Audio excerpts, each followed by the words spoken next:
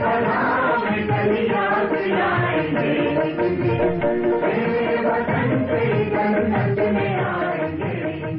اللہ الرحمن الرحیم.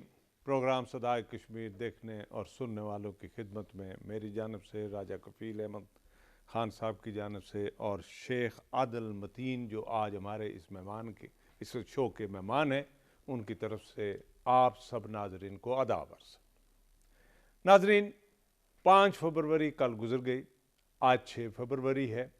ہم سب نے مل کر یہ دیکھنا ہے کہ گزشتہ 70 سالوں میں بالامور اور بالخصوص گزشتہ 30 سالوں میں یکجہتی کشمیر کے حوالے سے ہماری کیا اچیومنٹس ہیں. 1990 میں سمجھتا ہوں کہ پاکستان کے قومی لیڈر نے جناب قاضی حسین احمد، اللہ ان کے درجات جنت میں بلند فرمائے، ان کی کاوشوں سے اور ان کی محنتوں سے، ان کی کشمیر کے ساتھ محبت سے، کمٹمنٹ کی وجہ سے انہوں نے یہ اعلان فرمایا اور کشمیریوں کے ساتھ یکجہتی کا اعلان کیا. اور اس وقت کی حکومت جناب بے نظیر صاحبہ نے بھی اس کو فوراً آن کیا اور 1991 میں اس کا باقاعدہ نوٹیفیکیشن ہو گیا، جسے یعنی اس کے بعد 1991 سے لے کر آج تک یہ قومی سطح پر یہ دن منایا جا رہا ہے. ہم نے یہ دن دیکھنا ہے کہ 1990 سے لے کر آج 2022 ہے، اس دوران اس قومی یکجہتی کے حوالے سے کیا اس نام کے ساتھ، اس جذبے کے ساتھ اور قاضی حسین احمد کے اس ولولے کے ساتھ، ان کی یہ آئیڈیاز کے ساتھ، ان کی یہ فلسفی کے ساتھ اتصال ہوا ہے یا اس کے حوالے سے کوئی ہم نے اچیومنٹ کی ہے، کوئی ہم آگے بڑھ سکے ہیں. جنرل ہمیں یہ جو نظر آ رہا ہے کہ اس نعرے کے ساتھ، اس کمٹمنٹ کے ساتھ اتصال ہی ہوا ہے، اس لیے کہ ہم ایک دن جاتے ہیں جس طرح کہ پورے پاکستان میں کل یعنی کراچی سے لے کر بھمبر تک، میرپور تک تمام علاقوں میں یکجہتی کے جلوس نکالے گئے، جھنڈے لگائے گئے، لوگ اپنے گھروں سے نکل کر سڑکوں پر آئے. لیکن کل چونکہ ہمارے صدر محترم جو پاکستان ہے وہ جو مظفر آباد تشریف لے گئے اور ہمارے آرمی چیف وہاں تشریف لے گئے، تو ان کی وجہ سے پورا مظفر آباد سیل کر کے رکھ دیا گیا. مظفر آباد کی وہ کثیر آبادی جو کشمیر سے جن کا تعلق ہے، وہ اپنا یہ دن بنانے کے لیے اپنے گھروں سے باہر نہیں نکل سکے، چونکہ سیکیورٹی کا ایک بڑی حصار تھا، اس حصار میں سے وہ آگے نہ نکل سکے اور یہ دن اس ولولے سے اور اس جذبے سے نہ بنا سکے. صرف مظفر آباد کے حوالے سے میں بات کر رہا ہوں، نہ بنا سکے چونکہ وی آئی پی شخصیات وہاں تشریف لے گئی تھی. اگر یہ وہ نہ لے جاتے تو کیا ہوتا، اور اگر یہ گئے ہیں تو کیا ہوتا ہے، یہ تو تاریخ فیصلہ کرے گی اور آنے والے دن فیصلہ کریں گے ہمارے صدر صاحب نے اس پہ کیا اچیو کیا. ناظرین، میں یہ چاہوں گا کہ آج اپنے اس پروگرام میں ابتدائی میں ایسے 3 جو ویڈیو کلپ ہیں وہ آپ کے ساتھ شیئر کروں.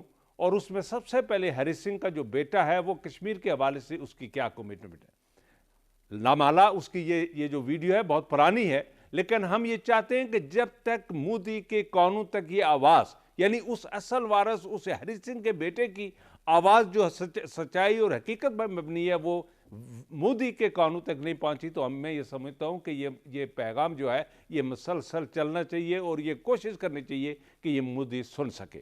اسی کے ساتھ میں جناب اپنے جماعت اسلامی کے جو امیر ہیں سراج الحق صاحب کی جو آواز ہے وہ بھی آپ کے سامنے پیش کروں گا، اور اسی کے ساتھ ہمارے راجہ فاروق قدر صاحب نے کیا فرمایا اس کو بھی میں کوشش کروں گا کہ کلپ کی صورت میں آپ کے گوشے گزار کروں اور کشمیر یعنی یکجہتی کے حوالے سے آپ سن سکیں کہ یہ ہمارے جو احباب ہیں، ہمارے یہ لیڈران کیا فرماتے ہیں. تو میں یہ چاہوں گا ناظرین یہ سنیے ہری سنگھ کا بیٹا کشمیر کے حوالے سے اپنے اس کے باپ نے جو ایکسیشن یعنی جو ایگریمنٹ انڈیا سے سائن کیا تھا یا نہیں کیا تھا اس حوالے سے وہ کیا کہتا ہے. 27th October, I was in the room. I was in the house when the accession was signed. However, please remember something more. My father acceded for 3 subjects: defense, communications and foreign affairs. He signed the same instrument of accession that all the other princely states signed. But all the other states subsequently merged. Jammu and Kashmir did not merge. Jammu and Kashmir's relationship with the rest of India is guided by Article 370 and the state constitution that I signed into law. So, yes, it's an integral part of India, but we must realize that from the very beginning, Jammu and Kashmir, rightly or wrongly, I'm not going into the politics, whether it should have been done or not, that is a different debate for historians. But the factual position is that Jammu and Kashmir has been given. This is the factual position of آزاد جموں یعنی جموں کشمیر کی ہے جو کہ ہری سنگھ کا بیٹا اپنی parliament میں upper house میں یہ فرما رہے ہیں. اسی کے ساتھ میں یہ چاہوں گا ناظرین کہ ہمارے سراج الحق صاحب جماعت اسلامی کے امیر جو ہیں وہ کشمیر کے حوالے سے کس درد کے ساتھ اظہار کرتے ہیں کشمیر کے حوالے سے, یکجہتی کے حوالے سے, اور ہماری جو کمٹمنٹ ہے اس کے حوالے سے ان کا کیا, وہ اپنا درد کس طرح قوم کے ساتھ اپنے اپر ہاؤس میں سینیٹ میں وہ شیئر کر رہے ہیں اپنے لوگوں کے ساتھ. جی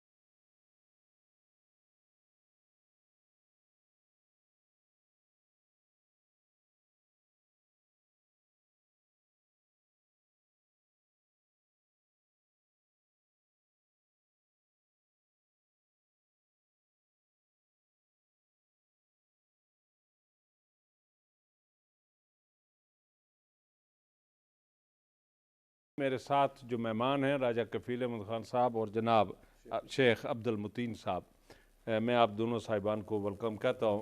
شیخ صاحب آپ سے شروع کرتے ہیں کہ یہ جو ہم اس دوسرے سیگمنٹ میں ہم راجہ فاروق حیدر کی بھی جو کلپ ہے اور ان کے جو خیالات ہیں ان کا جو سیاسی جو موقف ہے وہ بھی ہم قوم کے سامنے رکھیں گے, ناظرین کے سامنے رکھیں گے.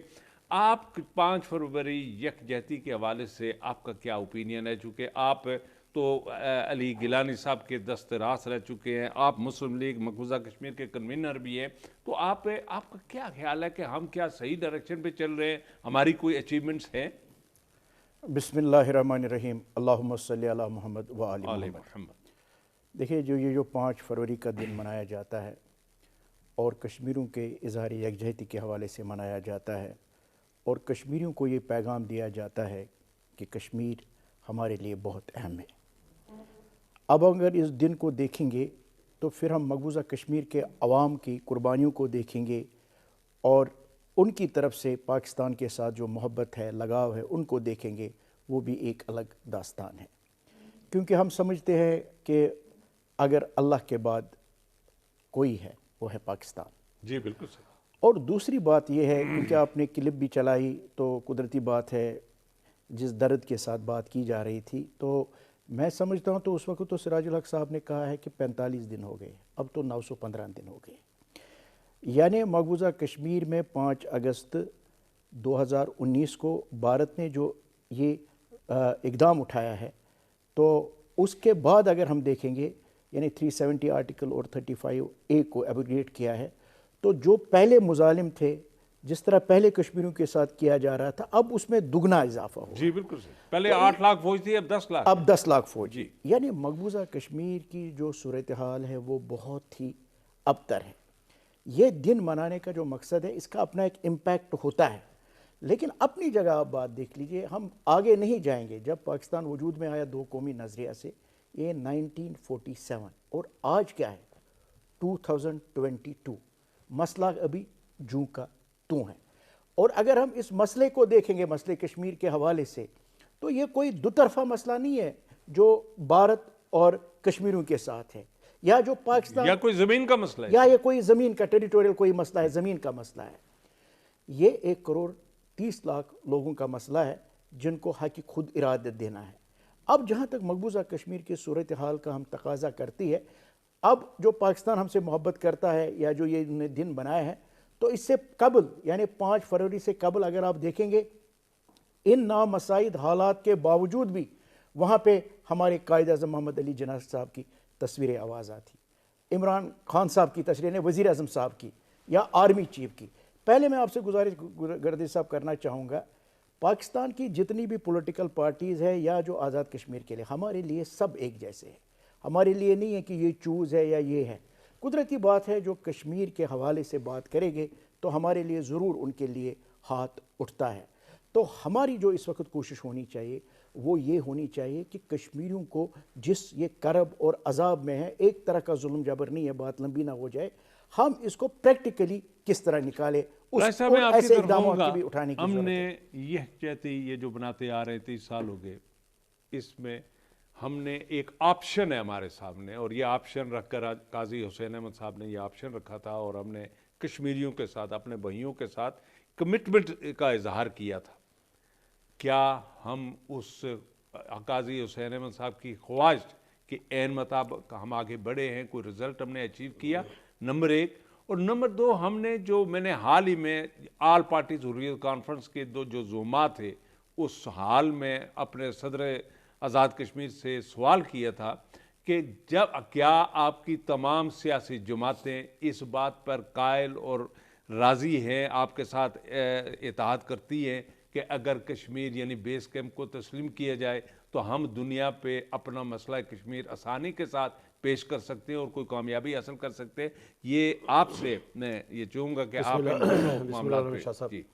پہلے ہم آتے ہیں کہ جو 1990 میں محترم قاضی حسین احمد صاحب کی اپیل پر یوم یکجہتی کشمیر بنایا گیا, تو سب سے پہلے ہمیں اس وقت کے جو حالات تھے کہ 1988 میں جب افغانستان سے جو روس کا انخلا ہوا تو کشمیریوں کی مزاحمتی جدوجہد شروع ہوئی, جہاد شروع ہوا, اور بڑے پیمانے پر جو مجاہدین ہیں انہوں نے مزاحمت کی, نوجوانوں نے, اور اسی تناظر میں جا کر یہ کہ بڑی تعداد میں سری نگر سے, وہاں پار سے نوجوان آزاد کشمیر تربیت کے لیے, تو یہاں سخت مسئلہ تھا, ان کے قیام کا مسئلہ تھا, ان کی تربیت کا مسئلہ تھا.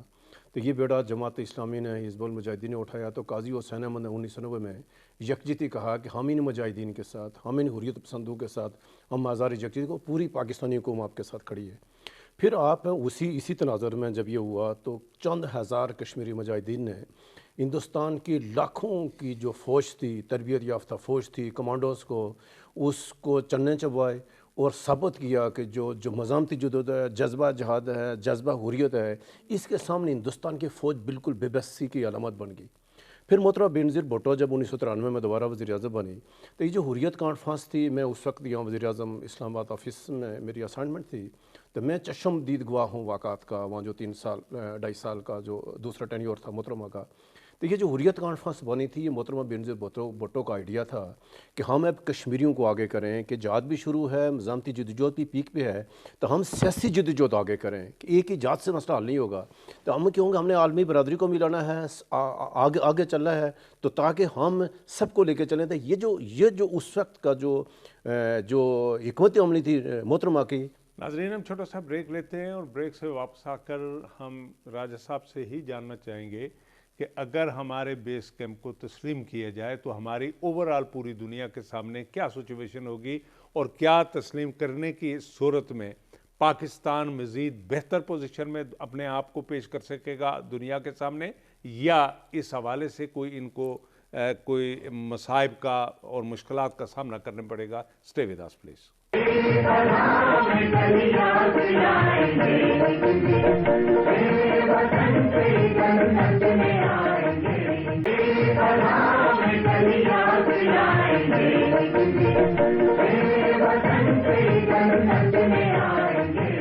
ویلکم بیک ناظرین. تو جی رائے صاحب, جی مختصر پلیز. مختصر کہ جب ہم نے جہاد کا اعلان ہوا, اس وقت کوئی حکمت عملی نہیں بنائی گئی کہ ہم نے اس مزاحمتی جدوجہد کو کس سطح پہ لے جانا ہے, سفارتی ماز کہاں پہ لے جانا ہے.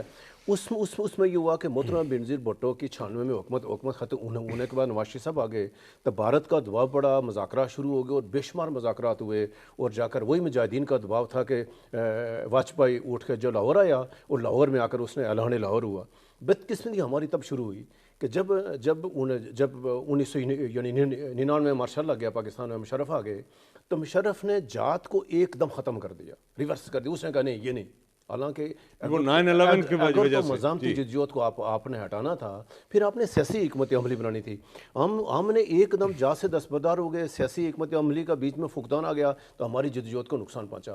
پھر جب بیچ میں 9 سال پرویز مشرف نے گزارے، بیچ میں اس نے اچھے انیشیٹو لیے، یعنی بات چیت کا آغاز بھی ہوا، اس میں سے ہوا فائدہ. لیکن بیچ میں جب یعنی 2008 میں ایک ہماری سیاسی حکومت آ گئی تو وہاں سے بدقسمتی یہ شاہ صاحب آج 2022 ہے تو ہماری کوئی بھی ایک حکومت ہم کشمیر کی نہ تو پالیسی بنا سکیں جو حقیقت پر مبنی ہو، نہ ہی ہم آن بورڈ کر سکیں حریت کانفرنس کو، آزاد کشمیر کی قیادت کو، گلگت کو، جموں والوں کو، لداخ یہ کو. سننا چاہیں گے آپ سے کہ اگر بیس کیمپ کو تسلیم کیا جائے تو ہماری سیاسی پارٹیوں کا کیا ری ایکشن ہوگا اور پوری دنیا میں پاکستان کی پوزیشن، پاکستان کو کس طرح دیکھا شاہ صاحب جو اقوام متحدہ کی قراردادیں ہیں، اقوام متحدہ کی قراردادیں ہیں 13 اگست 1948 اور 5 جنوری 1949، ان قراردادوں میں یہ ہے کہ کشمیر کی وحدت نے بحال ہونا ہے، کشمیر کی وحدت نے بحال ہونا ہے. ایک حکومت بنے گی، اس حکومت لے کر آگے چل رہا ہے.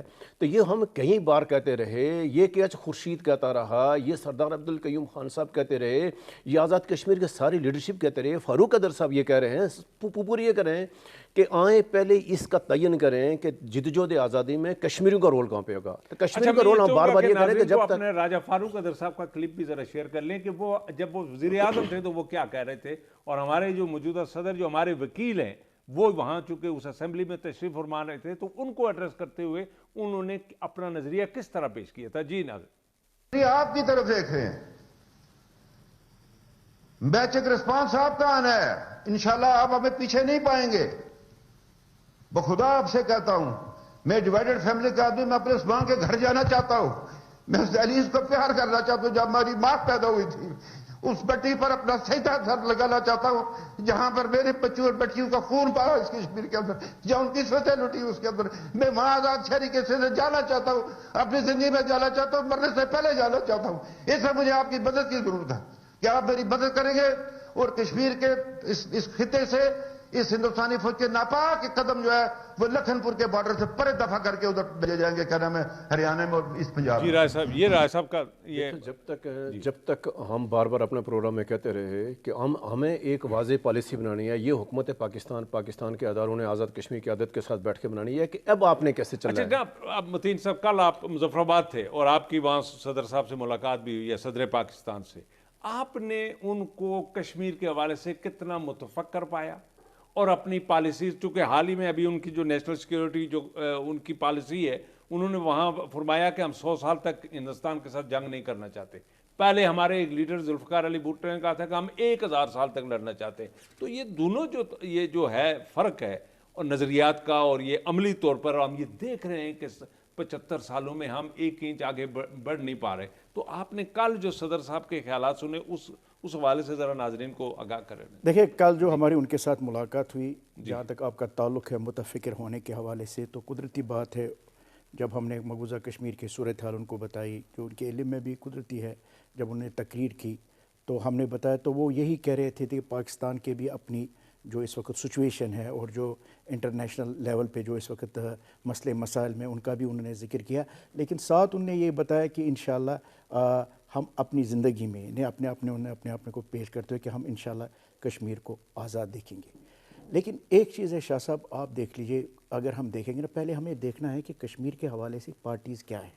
جی اب ہم اگر مقبوضہ کشمیر کی بات کریں گے، مقبوضہ کشمیر کے عوام کی بات کریں گے، تو جو ان کا پارٹ بنتا ہے، جو ان کا حصہ بنتا ہے، جو ان کا کردار بنتا ہے، وہ اپنے خون سے نبھا رہے ہیں. آپ کو میں بتاؤں گا شاہ صاحب، بالکل گزشتہ 30 سالوں میں انہوں نے اتنے خراب حالات ہیں. اب اتنا ہی نہیں ہے شاہ صاحب، جو ہمیں سب سے اب تشویشناک پہلو ہے وہ ہے کہ اب ہندوستان وہاں پہ جنوسائیڈ کی طرف جا رہا ہے. اور جو یہ جنوسائیڈ واچ کے جو فاؤنڈر چیئرمین ہیں، انہوں نے بھی ابھی جو بیان دیا ہے، انہوں نے کہا کہ اس حوالے سے جو 8 چیزیں ہیں وہ آلریڈی ہندوستان نے شروع کر دی ہے.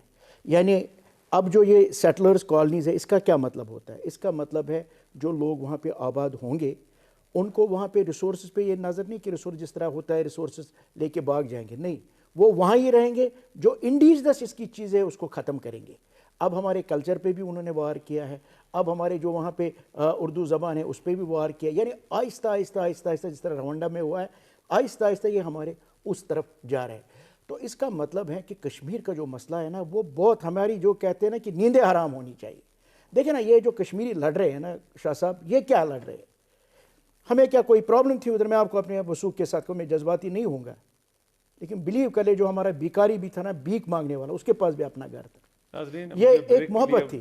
کہا جا رہا ہے, لیکن بریک سے واپس آ کر تو ہم ان شیخ صاحب سے اسی جو کشمیر کے حوالے سے اور وہاں جو جینوسائیڈ ہو رہی ہے, وہاں جو ظلم و ستم ہو رہا ہے, جہاں جو RSS کے غنڈوں کو آباد کیا جا رہا ہے, اس حوالے سے تفصیلاً گفتگو کریں گے. Stay with us please.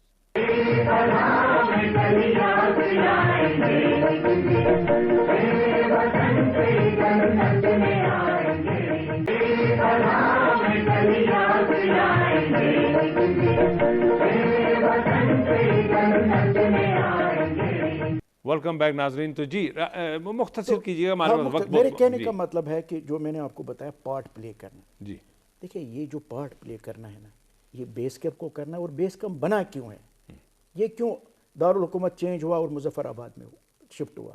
اس کا بنیادی مقصد بھی اس وقت یہ تھا کہ جو وہ پارٹ ہمارا ابھی مقبوضہ ہے, اس کی آزادی.